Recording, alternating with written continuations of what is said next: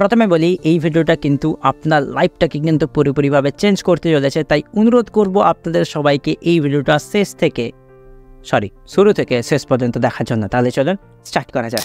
Hello, কী অবস্থা আপনাদের সবার? আশা করি আপনারা সবাই ভালো আছেন, সুস্থ আছেন এবং নিজেদের খেয়াল অবশ্যই আপনারা নিজেরা রাখছেন। কি রাখছেন তো? হ্যাঁ, কি বলছেন? ওকে, সাউন্ডস গুড। সো কিছুদিন আগে আমি একটা ভিডিও বানিয়েছিলাম ওভার থিঙ্কিংয়ের উপরে, এবং ওই ভিডিওতে আমি একটা কথা বলছিলাম, সেটা হচ্ছে যে শারীরিক দিক থেকে সুস্থ হওয়ার থেকে মোস্ট ইম্পর্টেন্ট যেটা হচ্ছে সেটা হচ্ছে মানসিক দিক থেকে সুস্থ হওয়ার জন্য। আপনি এমন কাউকে আপনি খুঁজে পাবেন না যারা মানসিক সমস্যায় ভুগছে না। ইভেন আপনিও কিন্তু মানসিক সমস্যায় ভুগছেন, যেটা আপনি ভালোভাবে কিন্তু আপনি বুঝতে পারছেন, এবং ভবিষ্যতেও কিন্তু এমন কাউকে আপনি খুঁজে পাবেন না যারা কিন্তু মানসিক সমস্যায় কিন্তু ভুগবে না। আপনি কিন্তু ডিপ্রেশনে ভুগছেন, আপনি অ্যাংজাইটি ফিল করছেন, আপনি ওভার থিঙ্কিংয়ে ভুগছেন, আপনি পার্সোনালিটি ডিসঅর্ডারে ভুগছেন, আপনার মাথায় সুসাইডাল থট আসছে, আপনি ট্রমাটিক স্ট্রেসে ভুগছেন, আপনি ক্রিটিসিজমে ভুগছেন। এইগুলা কিন্তু পুরোপুরি কিন্তু মেন্টাল প্রবলেম, এবং এই মেন্টাল প্রবলেমের জন্যই কিন্তু আপনি আপনার লাইফটাকে কিন্তু আপনি কোথাও না কোথাও কিন্তু আপনি এনজয় করতে আপনি পাচ্ছেন না। দেখুন, শারীরিক দিক থেকে যদি আপনি সুস্থ হতে চান, তার আগে কিন্তু আপনাকে মেন্টালি কিন্তু আপনাকে কিন্তু অনেক স্ট্রং হতে হবে। দেখুন, শারীরিক দিক থেকে সুস্থ হওয়ার জন্য বা শরীরকে আমাদের বা ফিজিক্যাল বডিকে আমরা স্ট্রং করার জন্য কি করি? আমরা এক্সারসাইজ করি, আমরা জিমে যাই, আমরা দৌড়াই, এইগুলো আমরা করি মূলত। ঠিক সেইভাবে আমরা কিন্তু অনেক ডায়েটে থাকি। ঠিক সেইভাবে আমরা যদি মেন্টালিভাবে যদি স্ট্রং যদি হতে চাই, তাহলে কিন্তু আমাদেরকে কিন্তু অনেকগুলো অ্যাক্টিভিটিস কিন্তু নিতে হবে। সো আজকের এই ভিডিওতে আমি আপনাদের 5টা বিগিনার টিপস, সিম্পল টিপসগুলো শেয়ার করবো, এবং এই সিম্পল কাজগুলো যদি আপনি করে যদি ফেলেন, তাহলে আমি গ্যারান্টি দিচ্ছি আপনি কিন্তু মেন্টালি অনেক স্ট্রং হতে পারবেন, এবং যখনই আপনি মেন্টালি স্ট্রং হবেন তখনই কিন্তু আপনি ফিজিক্যালিও কিন্তু আপনি অনেক স্ট্রং হতে পারবেন, এবং দেখবেন আপনার লাইফটাকে কিন্তু আপনি কিন্তু ইজিলিভাবে কিন্তু আপনি এনজয় করতে পারছেন। তাহলে দেরি কেন, চলুন স্টার্ট করা যাক। অবশ্যই কিন্তু শুরু থেকে শেষ পর্যন্ত দেখতে একদমই ভুলবেন না। নমস্কার, আমি শুভদীপ মণ্ডল AKA দর্শিসেবা। আপনি দেখছেন ফেসবুক থেকে বা ইউটিউব থেকে। যদি আপনি ফেসবুক থেকে দেখছেন তাহলে আপনি ফলো এবং নোটিফিকেশন অল করতে ভুলবেন না। যদি আপনি ইউটিউব থেকে দেখছেন তাহলে আপনি সাবস্ক্রাইব এবং নোটিফিকেশন অল করতে ভুলবেন না। তাহলে দেরি কেন, চলুন স্টার্ট করা যাক। নাম্বার 1, সেটা হচ্ছে ইগনোর এভরিওয়ান। প্রথমে যেটা করতে হবে সেটা হচ্ছে সবাইকে কিন্তু ইগনোর করতে হবে। আমরা সবার কাছ থেকে কিন্তু বেশি পরিমাণে কিন্তু অ্যাডভাইস নিয়ে ফেলি, বেশি পরিমাণে কিন্তু আমরা ওপিনিয়ন নিয়ে ফেলি সবার কাছ থেকে। তার ফলে কিন্তু আমরা মেন্টাল প্রবলেম ভুগি, কারণ আমরা বুঝতে পারি না কোন ওপিনিয়নটা আমাদের জন্য সঠিক, কোন ওপিনিয়নটা আমাদের জন্য বেঠিক। এটা কিন্তু আমরা বুঝতে পারি না বলে তার ফলেই কিন্তু আমরা অ্যাংজাইটিতে ভুগি, তার ফলে কিন্তু আমরা ওভার থিঙ্কিং কিন্তু আমরা বেশি পরিমাণে করি। একটা এক্সাম্পল হিসেবে কিন্তু আপনাদের সামনে বোঝানোর চেষ্টা করি।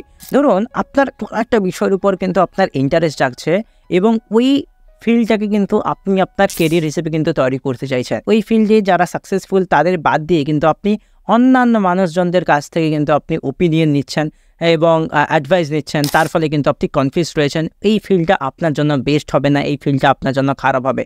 এবং এটা একটা কারণ হতে পারে। আর একটা কারণ হতে পারে, ধরুন আপনি এমন জায়গায় রয়েছেন, ওই ফিল্ডে হয়তো আপনি হয়তো মানুষজনদের আপনি পাচ্ছেন না, এবং আপনি অন্যান্য বাকি জনদের কাছ থেকে কিন্তু আপনি অ্যাডভাইস নিচ্ছেন। তার ফলেই কিন্তু আপনি কনফিউজ থাকছেন। তারা হয়তো আপনাকে ডিমোটিভেট করছে, তারা হয়তো আপনাকে বলছে কেন করছিস, তুই করা উচিত হয়নি, তুই বরঞ্চ এই ফিল্ডটা ট্রাই কর, তুই বরং এই ফিল্ডটা ট্রাই কর। আবার অন্য ব্যক্তি আছে, না এটা করার দরকার নেই, তুই বরঞ্চ এই ফিল্ডটা ট্রাই কর, এই ফিল্ডে তোর কেরিয়ার সেট হয়ে যাবে, কোনো ঝামেলা হবে না, কোনো কিছু হবে না, তুই ইজিলি স্মুথলি তোর লাইফটাকে অনেক ভালোভাবে স্পেন্ড করতে পারবি, অনেক ভালোভাবে তোর লাইফটাকে এনজয় করতে পারবি। মূলত এইগুলার জন্যই কিন্তু আমরা অনেক কিন্তু মেন্টাল প্রবলেমে কিন্তু আমরা ভুগি।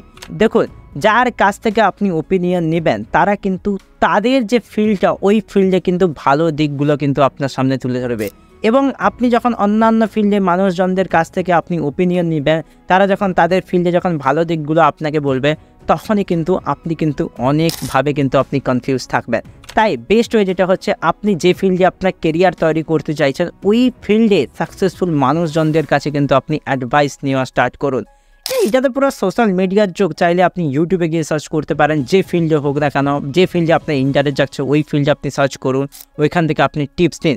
এমন নয় যে ওই টিপসগুলোকে কিন্তু আপনি হুবহু ফলো করবেন, ওটা নয়। সেটা হচ্ছে ওই টিপসগুলো আপনি নিন এবং করুন ওইটা যেটা আপনি ভালো মনে করেন। এবং আমি এটা বলছি না যে আপনি বিভিন্ন ফিল্ডে মানুষজনদের কাছ থেকে আপনি ওপিনিয়ন নেবেন না। হ্যাঁ, আপনি ওপিনিয়ন নিন, কিন্তু করুন ওইটা যেটা আপনার মন চায়, করুন ওইটা যেটা আপনি চান।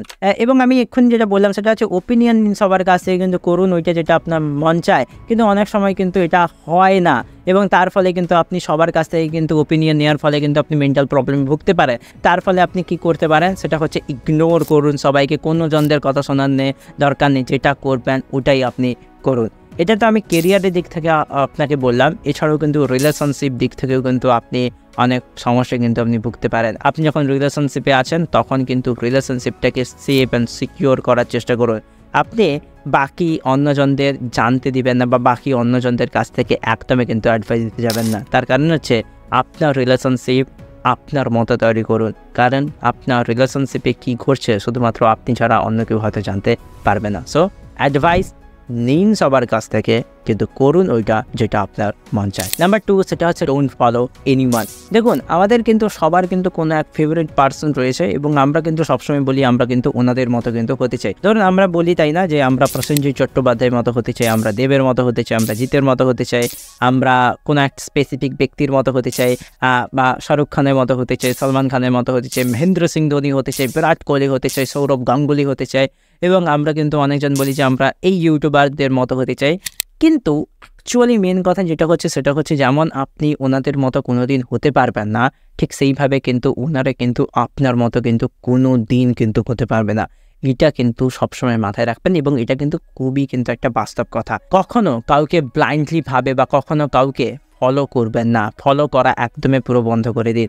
একটা কাজ আপনি করতে পারেন, হ্যাঁ আপনার যে ফেভারিট পার্সন রয়েছে ওনাদের যে বেস্ট কোয়ালিটিগুলো রয়েছে যেগুলো আপনি সোশ্যালি আপনি দেখতে পাচ্ছেন ওইগুলো আপনি অ্যাডপ্ট করুন, আপনার লাইফে অ্যাপ্লাই করুন। কিন্তু যে সমস্ত কোয়ালিটিগুলো রয়েছে ওইগুলো যে হুবহু যে আপনার লাইফে অ্যাপ্লাই করবেন ওটা কিন্তু আপনি করতে যাবেন না। আপনি ভাবুন যে ওই যে কোয়ালিটিগুলো রয়েছে ওই কোয়ালিটি আমার লাইফে কতটা ইম্প্যাক্ট ফেলতে চলেছে ওই ব্যাপারে একটু ভাবুন এবং তারপরেই কিন্তু আপনি ওনার যে বেস্ট কোয়ালিটিগুলো রয়েছে ওইগুলো আপনার লাইফে ইমপ্লিমেন্ট করুন। এটা করা কিন্তু খুবই ইম্পর্ট্যান্ট। তাই কখনো কাউকে ব্লাইন্ডলিভাবে ফলো করতে যাবেন না, নিজে যেমন তেমনই থাকুন, কিন্তু অন্যজনদের বিভিন্ন ভালো জিনিস দেখে ওইগুলো আপনার লাইফে ইমপ্লিমেন্ট করার চেষ্টা করুন। ওকে, এটা কিন্তু করা কিন্তু খুবই ইম্পর্ট্যান্ট। এই বিষয়টা আমি কিন্তু একজন ফ্রেন্ডের কাছ থেকে শিখেছিলাম, ও আমাকে বলছিল এবং ও বলছিল যে এই টপিকের উপর যখন ভিডিও বানাবি তখন এই পয়েন্টটা কিন্তু অ্যাড করতে একদম ভুলবে না। এবং কোথাও না কোথাও আমি রিয়েলাইজ করেছি যখন আমরা কাউকে ব্লাইন্ডলিভাবে যখন ফলো করি এবং যখন আমরা ওনাদের মতো কিন্তু আমরা যখন যখন করতে পারি না তখনই কিন্তু আমরা অ্যাকচুয়ালি কিন্তু আমরা অনেক মেন্টাল প্রবলেমে কিন্তু আমরা ভুগি, যেমন অ্যাংজাইটি, ওভার থিঙ্কিং এইটার উপরে, এবং কোথাও না কোথাও কিন্তু আমরা সেলফ রেসপেক্টেও কিন্তু আমাদের হার্ড হয়। 3 নম্বর টিপস সেটা হচ্ছে ডোন্ট বি জেলাস। দেখুন একটা প্রকৃত সত্যি কথা আপনাদের বলবো, সেটা হচ্ছে যে আমরা দুঃখী তার কারণ হচ্ছে আমরা নিজেদের দুঃখ থেকে নয়, বরং আমরা কিন্তু অন্যজনদের সুখ দেখে কিন্তু আমরা কিন্তু আলটিমেটলি কিন্তু দুঃখী। কী মানছ? ওনার বড় বড় বাড়ি আছে, আমার কেন বড় বাড়ি নেই? ওনার গাড়ি আছে, কেন গাড়ি নেই? ওনার পরিবারে ছেলেমেয়েরা বড় বড় স্কুলে পড়তে যায়, বেসরকারি স্কুলে পড়ে, প্রাইভেট স্কুলে পড়ে, কেন আমি সরকারি স্কুলে পড়ি? ওই বাড়ির ব্যক্তিরা অনেক সাকসেসফুল, কেন আমি সাকসেসফুল নেই? এইভাবে কিন্তু আমরা কিন্তু কম্পেয়ার করতে থাকি। তার ফলে কিন্তু আমি যেটা ফিল করি সেটা হচ্ছে কোথাও না কোথাও কিন্তু আপনি আপনার সুখটাকে কিন্তু আপনি মেরে ফেলছেন। আপনার যে জীবনের যে সুন্দর মুহূর্তগুলো রয়েছে ওইগুলোও কিন্তু কোথাও না কোথাও কিন্তু আপনি মেরে ফেলছেন। একটা কথা সবসময় মনে রাখবেন, এবং আমিও যেটা মনে করি সেটা হচ্ছে যে ওনাদের যে সুখ রয়েছে, ওনাদের যে সাকসেস রয়েছে, ওনাদের থেকে কিন্তু কোথাও না কোথাও কিন্তু আপনার সুখ, আপনার সাকসেসটা কিন্তু অনেক বেশি পরিমাণে কিন্তু রয়েছে, এবং আপনার সাকসেসটা কিন্তু কোথাও না কোথাও কিন্তু আপনার ওয়েট করছে। এবং তাই কখনো না কাউকে দেখে জেলাস ফিল করবেন না, এটা কিন্তু সবসময় মনে রাখবেন। যখন আপনি জেলাস ফিল করবেন তখন কিন্তু আপনার লাইফটাকে আপনি লিড করছেন না, ওনারা কিন্তু আপনাকে কন্ট্রোল করছে, আপনি কিন্তু ওনাদেরকে কিন্তু আপনি কন্ট্রোল করতে পারছেন না, বা আপনি কিন্তু নিজেকে কিন্তু আপনি কন্ট্রোল করতে পারছেন না। এটা কিন্তু একদমই করতে যাবেন না। কারোর সাকসেস দেখে জেলাস ফিল করবেন না, কারোর ভালো ভালো জিনিস দেখে কিন্তু কখনো কিন্তু জ্বলবেন না। আপনি কিন্তু এটা করতে পারেন যে আপনি হয়তো তাদেরকে, বা আপনি মনে মনে বলতে পারেন যে তুমি এত বড় সাকসেস পেয়েছো, বা সে এত বড় সাকসেস পেয়েছে এবং তার এত বড় বড় বাড়ি আছে, গাড়ি আছে, ঠিক সেইভাবে আমি কিন্তু তোমাদের থেকে কিন্তু আমি কিন্তু বেশি সাকসেসফুল হয়ে দেখাবো।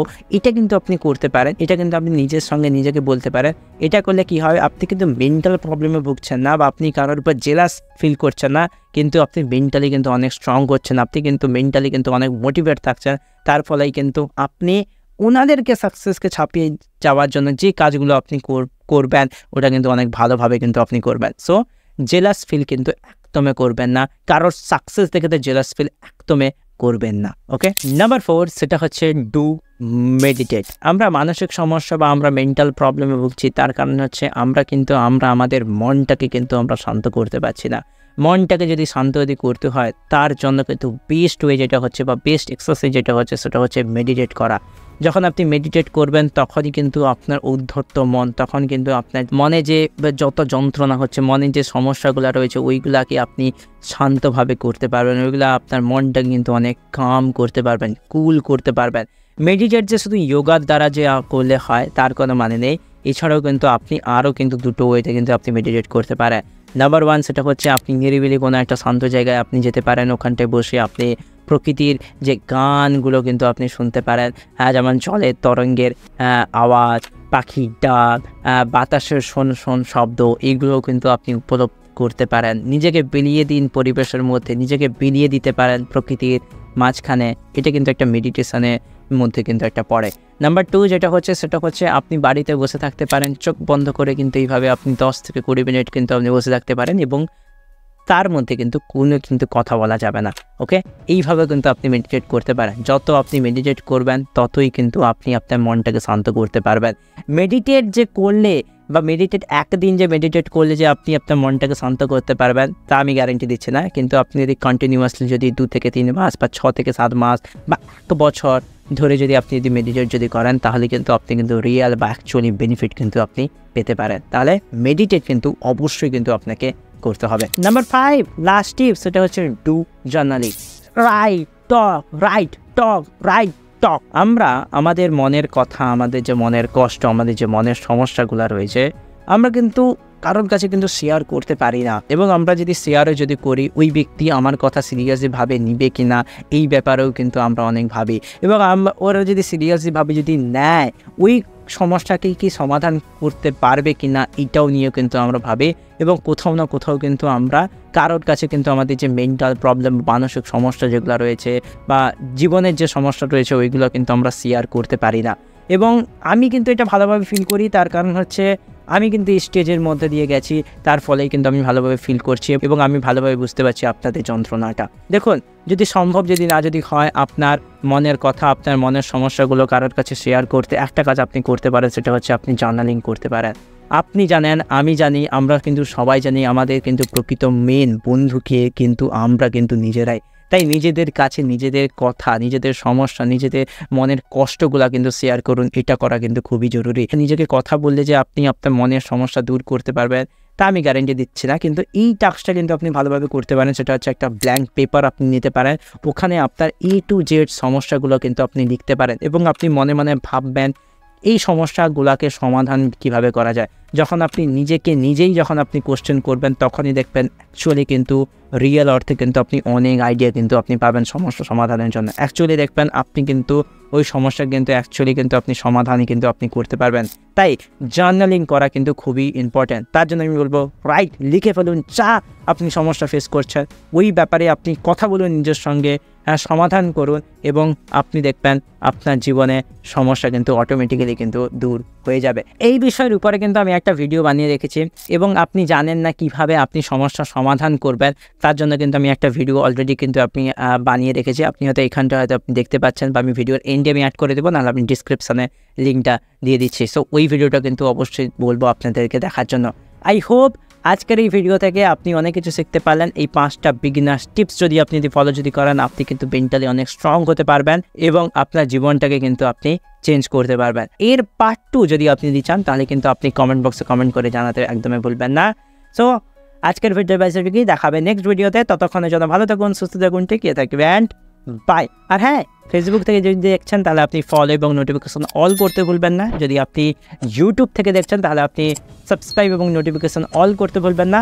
প্রতি শনিবার সকাল 10টায় আমার চ্যানেলে এবং ফেসবুক পেজে নতুন ভিডিও আসতে থাকবে, তার জন্য স্টে টিউন। ভালো থাকবেন, সুস্থ থাকবেন, নমস্কার, আবার বললাম।